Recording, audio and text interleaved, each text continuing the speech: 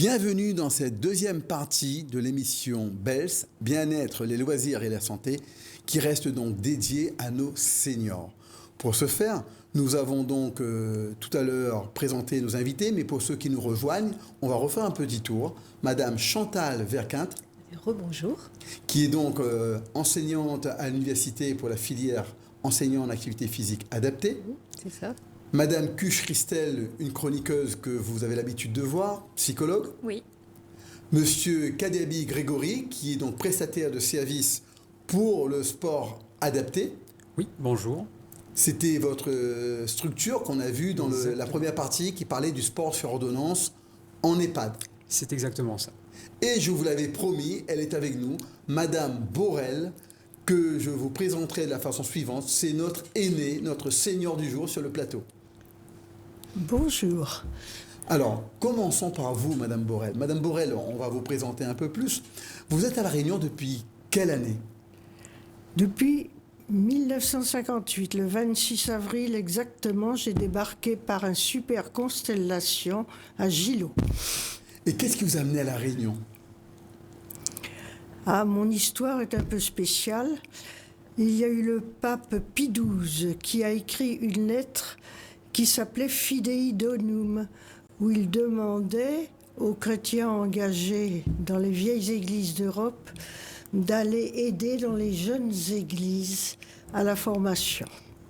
Tout à fait. Madame Borel a même mis en place la structure L'Eau Vive à Saint-Pierre, qui aujourd'hui accueille aussi la communauté des Béatitudes, une communauté chrétienne où il y a des prêtres, il y a des religieuses, et bien sûr, il y a une chapelle où les gens viennent régulièrement prier et assister à la messe. Mais oui, et c'est là que je demeure. Oui, et c'est aussi là où elle puise toute cette énergie de bonne santé.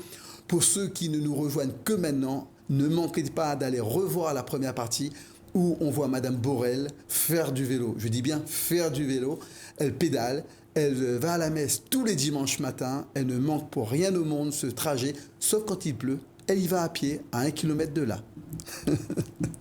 Alors donc, pour cette deuxième partie, nous allons plus parler de ces aidants sociaux. Et je vous propose de découvrir un reportage, une option de choix de vie pour nos seniors en résidence des seniors. Résidence des seniors, Léa côtoie un EHPAD d'un côté et une crèche à son rez-de-chaussée. Le critère, avoir plus de 65 ans et surtout continuer à être autonome. Établissement intergénérationnel. Donc nous avons en fait des activités avec les enfants et les seniors. Et ce lien entre ces deux parties, il est absolument génial. Un résident qui perdrait cette autonomie. Une des options est d'aller vers un établissement type EHPAD. Ensuite, vous avez aussi la possibilité d'aller vers un membre de votre famille ou encore aller vers une famille d'accueil. Nous avons eu effectivement des concerts de harpe, tout en respectant donc les distanciations sociales, donc les seniors avec les enfants. On ne peut donner que deux choses à ces enfants, des racines et des ailes. Pour vous, ici, c'est quoi notre racine? Nos racines à nous, c'est nos grammoun, c'est les seniors. Et sans cette racine-là, honnêtement, on n'est rien. Et nous ne peut pas voler non plus sans ça. Ces autres histoires, ces autres vécus. Je pense que ça fait comme si un lien de famille, c'est comme si un peu leurs petits-enfants à eux aussi également, je pense. Je suis Marie-Claude Douillère. Et vous êtes dans la résidence des seniors? La résidence Léa, oui. Avec ma petite chienne, oui. C'est une chienne que vous avez depuis combien de temps? Depuis 13 ans. C'est précieux pour vous de la garder avec vous? C'est ma compagne, oui. Oui, c'est important. Alors, je vous présente monsieur Michel. C'est notre premier locataire. Qu'est-ce qui vous a motivé pour venir habiter ici? Expliquez-nous. D'une part, j'étais seul là où j'habitais, puisque mon épouse était hospitalisée. Et donc, il me fallait trouver un endroit pour ne pas importuner mes enfants aussi. Je ne voulais pas les embêter. D'un EHPAD, d'une crèche et d'une résidence senior. Ma femme est installée en face de chez moi, dans l'EHPAD qui est là, au 2e étage. On se dit bonjour tous les jours, on se fait coucou, on se téléphone, on a le téléphone. Et je la vois également dans l'après-midi, dans les salons de l'EHPAD. Sans vous-même être dans un EHPAD, en fait? Ah non, je suis dans une résidence. Je suis autonome. Je suis dans un loyer équipé entièrement au point de vue électroménager. ma salle de bain. C'est chouette, hein? Et j'ai mis ça exprès pour qu'elle soit présente. J'ai vécu un petit moment à la Martinique et j'ai ramené ça de Martinique. C'est important d'avoir un meuble qui venait de Absolument, là-bas. oui, oui. Vos enfants viennent vous voir ici? Bien sûr. J'ai un fils et une fille qui viennent régulièrement me voir, me faire mes courses. Et si Michel ne veut pas cuisiner, Il y a un restaurant dédié à nos seniors. Vraiment en sécurité ici. Je vais vous dire, j'appuie sur ma montre et tout de suite, il y a une infirmière en face de l'EHPAD qui vient me voir. Mon épouse a la maladie de Parkinson. Je l'ai soignée, nous étions seuls tous les deux dans un appartement. Je l'ai soignée pendant 4 ans. Toutes les 10 minutes, lui donner à manger, lui faire ce qu'elle demandait. Et donc, au bout de 4 ans, les autorités médicales m'ont dit, monsieur, la seule solution, c'est que votre épouse soit hospitalisée. Oui. Un choix difficile. C'est un choix difficile. Par amour. Par amour, monsieur. Vous avez les yeux qui brillent. Je suis arrivé le 21 août et le 30 août, je l'ai fait venir ici. Voilà. Quelle belle histoire d'amour. J'en suis heureux comme tout. Et elle-même, elle est très heureuse. Vous me faites penser à un petit dessin animé qui raconte toute une histoire de vie là-haut. Alors nous avons également d'autres couples, oui, où là, ce sont les deux qui partagent le même appartement. Est-ce qu'il y a d'autres cas dans la structure? Nous avons le cas où la sœur est en EHPAD et l'autre sœur est au niveau de la résidence senior. Beau cadre de vie au niveau de son accessibilité pour les personnes, au niveau de la proximité de la crèche qui est en bas et de l'EHPAD qui est juste à 50 mètres du bâtiment, dans la même cour en tout cas, qui partagent. C'est magnifique cette possibilité et je crois que nous avons intérêt à développer justement cette mixité. Est-ce que cette mixité, on peut voir là par exemple des étapes différentes, ceux qui passent de l'EHPAD vers encore une structure d'EHPAD autre, ou de la résidence vers l'EHPAD. Ou de la résidence plutôt vers l'EHPAD, ou de la résidence qui repartent chez leur famille. Oui, absolument. On fait tout pour que l'autonomie puisse être maintenue le plus longtemps possible. En tout cas, on peut proposer des choses, mais malheureusement, il y a des cas de figure où ce n'est pas possible. On voit bien avec la femme de ce monsieur, donc soit par cause de la maladie, soit pour une raison X ou Y. Lui-même était déjà un aidant vieillissant. Voilà, il avait déjà plus de 70 ans. Voilà, lorsque l'autonomie est totalement perdue, lorsque effectivement la personne qui peut aider, que ce soit le conjoint ou les enfants au sein de la famille, n'arrive plus à s'organiser ou s'épuise en fait, parce qu'il y a aussi cette problématique-là, bien à un moment donné, on est obligé d'en arriver à l'hospitalisation. Moi, je trouve que cet exemple de résidence juste à côté d'un EHPAD et juste à côté d'une crèche, c'est peut-être une des solutions d'avenir. On sait qu'on a encore tout à réinventer pour... D'un point de vue sociologique, voilà. Sociologiquement, c'est vraiment génial. Et là, visiblement, ça permet effectivement à ce monsieur de rester proche de sa femme, d'avoir ses enfants qui viennent. On voit que la crèche est dans la même structure, donc on a ce lien intergénérationnel aussi. C'est magnifique. J'espère qu'il y aura d'autres initiatives et qu'on trouvera des solutions. Il y en a d'autres qui vont se construire, parce que ce que je crains, c'est qu'en voyant le reportage, ils vont être saturés de demandes. Oui. Madame Cuche, oui. Justement, passer d'une étape à une autre étape, c'est pas facile, de l'acceptation et pour la personne et pour les aidants autour. Non, il y a tout un travail à faire autour de l'acceptation de la perte d'autonomie, de ce que ça représente d'un point de vue psychique, de ne plus pouvoir s'habiller seul, de devoir peut-être accepter le fauteuil roulant parfois. Donc les psychologues peuvent être là pour ça, justement pour aider cette acceptation d'un changement de vie et d'une perte d'autonomie. Et les psychologues ne vont pas aider que les personnes elles-mêmes à accepter leur corps qui vieillit, mais aussi à travailler avec les gens qui les entourent. Oui. Alors justement, j'ai une question pour Madame Borel, juste avant le reportage suivant. Madame Borel, est-ce que vous avez déjà... Vous êtes questionné sur si un jour vous n'étiez plus autonome, comment vous faisiez? Parce que vous avez la chance d'être totalement autonome. Oui, je suis totalement autonome. Il y a des maisons de retraite. Il y en a une au bout de la rue où j'habite. Je m'inscrirai. Parce que pour les religieuses, par exemple, je sais qu'à la montagne, il y a une structure qui accueille les personnes qui sont très vieillissantes. Je ne connais pas, je ne me suis pas posé la question pour la montagne. Parce que c'est tellement simple d'aller au bout de la rue. Bien sûr, tout a son bon sens, cet humour. Mais c'est vrai que les hospices, les hôpitaux, les EHPAD ont été historiquement au départ tenus par des religieuses. C'est pour ça, madame, vivant dans une communauté de béatitude, une communauté religieuse, Oui, mais je suis indépendante vis-à-vis de cette communauté. Voilà, je suis une vieille personne célibataire qui cherche les bonnes solutions. Un cœur à prendre. Voilà. Eh bien, écoutez, je vous propose de regarder ce deuxième reportage qui va justement mettre en évidence la difficulté d'être aidant. Concernant nos seniors, allons voir du côté des aidants. Pour cela, je vous invite à l'allée de la forêt du côté de la Providence à Saint-Denis, à la maison de répit, anciennement la maison d'accueil familial. Donc il faut bien que les aidants se disent que, effectivement, peut-être qu'on fait le choix, entre guillemets, d'être aidant. On le fait avec ses valeurs, on le fait avec son ressenti, on le fait aussi par rapport au lien qu'on a avec la personne qu'on aide, par rapport à notre proche. Parce que c'est mon parent, il m'a fait grandir, j'ai envie en fait de lui redonner ce que lui m'a transmis. Mais pour autant, il faut que les aidants prennent bien conscience que ce n'est pas la même chose quand on devient aidant, comme si on s'occupait d'un enfant. L'enfant va tout lui donner pour qu'il s'autonomise.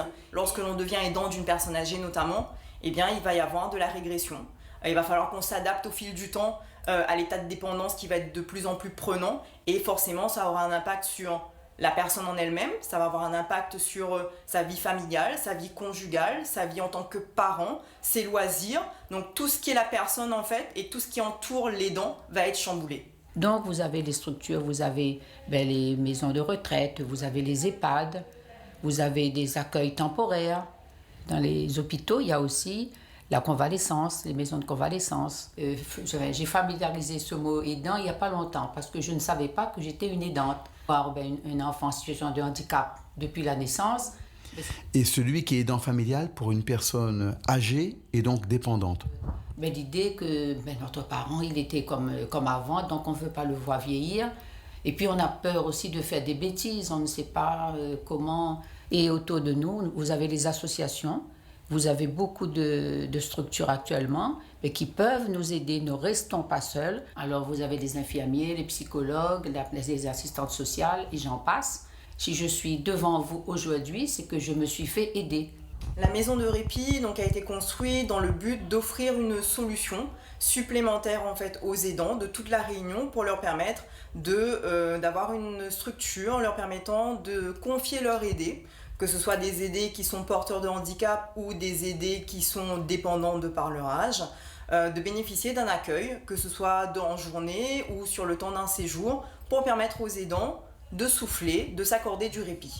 Une occasion de se ressourcer pour les aidants. Par rapport au fait que la personne, quand elle vieillit avec sa pathologie, et sa pathologie va forcément avoir des répercussions sur son comportement au quotidien, qui va impacter la relation, la communication qu'il va avoir avec son aidant, et forcément impacter la prise en charge donc, de l'aider par l'aidant. On peut aller même à une dépression, une déprime, et là ce serait dommage pour un aidant d'être déprimé, puisque lui-même, il doit s'occuper de quelqu'un, il faut qu'on s'occupe de lui. Alors, ne vous laissez pas aller à la déprime. Se dire que lorsque je fais le choix d'être aidant, je sais qu'à un moment donné, j'ai des personnes, des professionnels sur qui je peux m'appuyer pour m'aider à vivre au mieux ce rôle d'aidant et ne pas oublier qui je suis, moi, en tant que personne à part entière. Dans les aides proposées, vous avez aussi les psychologues qui sont à notre écoute. À un moment où j'étais insomniaque. Il fallait prendre presque un médicament pour dormir parce que ça me trottait la nuit. Ce qui se passe, c'est que nous, au niveau du GIPSAP, on accueille de plus en plus aujourd'hui de personnes d'aidants qui sont déjà épuisés, qui sont sur les genoux. Et parce que j'ai trouvé des gens pour m'aider, pour me mettre sur les rails. Nous avons besoin de nous ressourcer. Donner que si vraiment on est ressourcé. Confier son aidé, et donc il y aura tout un travail d'accompagnement qui sera fait auprès de l'aidant pour travailler peut-être avec lui des notions de culpabilité, travailler avec lui peut-être sur son projet par rapport à son proche, lui permettre peut-être de prendre soin de lui aussi, faire attention à sa santé pendant que son aidé sera confié chez nous. Par rapport au fait que la personne, quand elle vieillit avec sa pathologie, et sa pathologie va forcément avoir des répercussions sur son comportement au quotidien, qui va impacter la relation, la communication qu'il va avoir avec son aidant, et forcément impacter la prise en charge donc, de l'aider par l'aidant. Je rencontre souvent dans les familles la mamie qui est un peu désolée parce que, par exemple, elle a 3 enfants, mais il y a 2 qui sont d'accord, il y a un qui n'est pas d'accord. Alors, c'est pas un rat des poussées, non, il suffit de se mettre autour d'une table, de discuter, de faire appel, si nécessaire, à un médiateur. 11 millions d'aidants. Oui, vous avez bien entendu, 11 millions en France, ce qui est loin d'être négligeable. Il y a ceux qui le sont, on les voit, ceux qui sont isolés et qui ne voient eux plus personne, et il faut se faire accompagner. Il ne faut pas rester tout seul, comme le disait la dame si bien dans le reportage. Surtout pas. Surtout pas en tant qu'aidant, on a beaucoup apporté dans l'accompagnement, c'est au quotidien, c'est beaucoup de soucis. Donc moi je le vois chez les aidants, il peut y avoir du coup du mal-être, de la déprime et forte culpabilité également quand la personne ne se sent plus en mesure de pouvoir continuer ou de ne pas avoir forcément les bonnes réponses. Donc il y a beaucoup de choses qui existent et il faut se rapprocher des professionnels. Je pensais tout à l'heure pendant le reportage à l'hospitalisation à domicile, par exemple. Il y a des associations qui portent les hospitalisations à domicile. Vous avez travaillé un moment dans ces structures ? Oui, tout à fait. Et où il y a vraiment un partenariat avec la famille et tous les professionnels, infirmiers, médecins, assistantes sociales, psychologues qui sont là pour accompagner les aidants et la personne porteuse de handicap ou malade, et en tout cas qui a besoin d'accompagnement. La souffrance de ces aidants, est-ce que c'est... Parce qu'il y a aussi, on va dire, les aidants professionnels, les EAPA, quelque part. Est-ce qu'ils développent des pathologies, des souffrances ? Alors les EAPA, je ne pense pas, parce que ce sont des professionnels et comme tous les professionnels, ils vont prendre la distance nécessaire. Enfin, Grégory pourrait nous en parler, mais par contre, effectivement, les aidants familiaux sont des gens qui sont soumis à rude épreuve, je dirais. Oui. Et on voit là toute la problématique par rapport au reportage précédent, par rapport à cette résidence qui couplée à une EHPAD et les solutions qu'on doit trouver, parce que la difficulté de jongler entre... finalement la souffrance des aidants qui en général, comme on a vu le monsieur tout à l'heure, ne veulent absolument pas laisser leurs conjoints ou leurs parents. C'est difficile, il y a une culpabilité. C'est très difficile. Mais en même temps, à un moment donné, ça n'est plus possible. Et pourtant, il faut quand même aussi penser qu'il faut absolument maintenir ce lien social avec la personne qui perd son autonomie. La société n'est plus organisée aujourd'hui pour que les gens puissent, en tout cas pas tout le monde, il y a encore des gens qui y arrivent fort heureusement, mais puissent garder la personne donc vieillissante ou malade à la maison. Mais il faut quand même trouver les bonnes solutions pour que tout le monde finalement garde le lien social et que les aidants ne s'épuisent pas. Voilà, vraiment. Madame Verquinte, quand vous dites la bonne solution, justement, elle l'évoque dans une fratrie. Quand ils sont 3 déjà, parfois il suffit qu'il y en ait 2 par exemple qui disent il faut la mettre en EHPAD, le 3e qui dit non. Et même celui qui dit non, je le garde chez moi, ça peut être pas facile et chacun a raison finalement, chacun a raison avec sa perspective. Oui. Et justement, j'ai pu rencontrer des gens de l'UDAF, des médiateurs qui sont mis en place, qui sont des professionnels, pas seulement dans la situation où il faut décider de l'avenir d'un proche. Ça peut être par rapport à un héritage qui ne se règle pas. Ces médiateurs peuvent intervenir par rapport à la souffrance des aidants face aux enfants qu'on a qui sont handicapés, ou encore on a un conjoint de vie qui va très bien et suite à un accident se retrouve dans une situation dégradée physiquement. Il va falloir devenir un aidant. N'hésitons pas à faire appel à ces médiateurs que je salue bien pour tout leur travail. Madame Borel, vous, dans votre cadre de vie, vous êtes bien entourée finalement. Vous avez des gens autour de vous qui tout le temps passent. Vous n'êtes pas isolée. Je ne peux pas dire qu'ils passent tout le temps, mais je ne suis pas isolée, non. Vous avez une cour à partager, vous les voyez, si vous avez un souci, vous pouvez faire appel à des gens. Ah oui, oui. Et ils sont très gentils.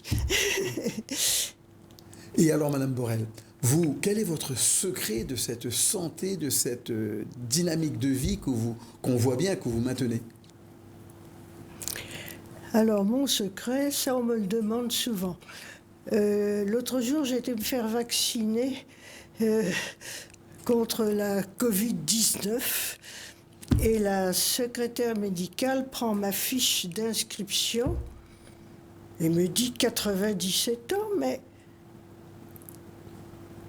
quel est votre secret? Elle me dit. Ben, je lui dis, je ne sais pas exactement, mais je remarque que tous les gens sont vraiment très gentils avec moi. À chaque fois, ça me fait plaisir. Donc à chaque fois, ça me fait du bien et je pense que c'est ça. Madame Borel, donc c'est l'amour. Eh bien, justement, cet amour de soi-même, on peut aussi, comme elle l'a dit, se préserver du temps, se préserver une qualité de vie, mais le faire aussi de façon préventive. Et je vous invite à regarder un reportage qui propose une hygiène de vie pour tout le monde, et même les gens qui arrivent à la retraite peuvent s'y mettre. La Jimtao en distanciel. Et ça m'appelle. Que des cours en ligne, je n'ai jamais vu Charlie. Avec Madame Rivière, on rigole pas. On met une alarme, c'est bien écrit Jimtao, pour être sûr d'être prête. Tout le temps, il fait comme ça? Tout le temps. Le samedi, c'est pour 11h. Le lundi et le mercredi, c'est pour 18h. Rosemée s'installe, elle aménage l'espace. Là, on voit derrière moi. Donc là, c'est les derniers réglages pour être sûr d'être vu pour profiter des corrections de Charlet. Et bien sûr, de pouvoir le voir pour profiter du cours. Là, je vois qu'il me voit en entier pour les mouvements debout. Voilà, maintenant je ferme mon micro. Hein. Les gens du côté de Saint-Louis pour filmer du coup Rosemary qui est adhérente de l'association. Et donc on va faire une sorte de duplex. Juste le cadrage, je vérifie, là, je m'épingle et let's go. Jusqu'à toucher ensemble, inspirons. Que le coude c'est à la pointe du stylolis et que vous faites le plus grand cercle possible et imaginable. Charlie vient de demander de changer de sens. Instantanément, Rosemée réagit et adapte le mouvement. Quand on change d'exercice, parfois Charlie leur demande de se retourner pour voir le plafond des mains. Charlie les a mis au travail, il se rapproche lui de son écran pour regarder et apporter les éléments de correction. Des fois, Charlie vous demande de vous mettre de profil? Oui, tout à fait. Si par exemple il a peur que je ne descende pas assez, etc., ben, il va me demander de changer de position pour qu'il me voie mieux et qu'il me corrige. Donc. Vous êtes en forme quand même ce soir ou pas là? Les micros sont coupés. Si ça va, on lève le pouce. Sinon, on le baisse pour une remédiation.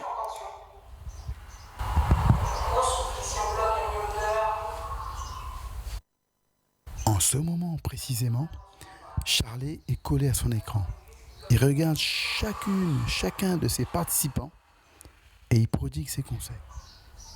Je vois le haut de ton corps et je peux deviner que tes genoux s'écartent un peu. Quelque part sur l'île, François va corriger. Non seulement ça chauffe, mais je transpire.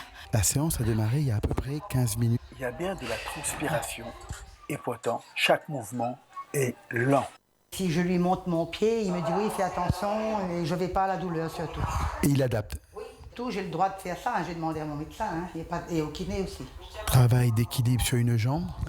Là, on passe au travail au sol. L'angle de la caméra est réajusté pour voir et toujours être vu. En pensant à bien placer sa respiration qui va guider tout le mouvement. Il est tenu, le corps est rectiligne.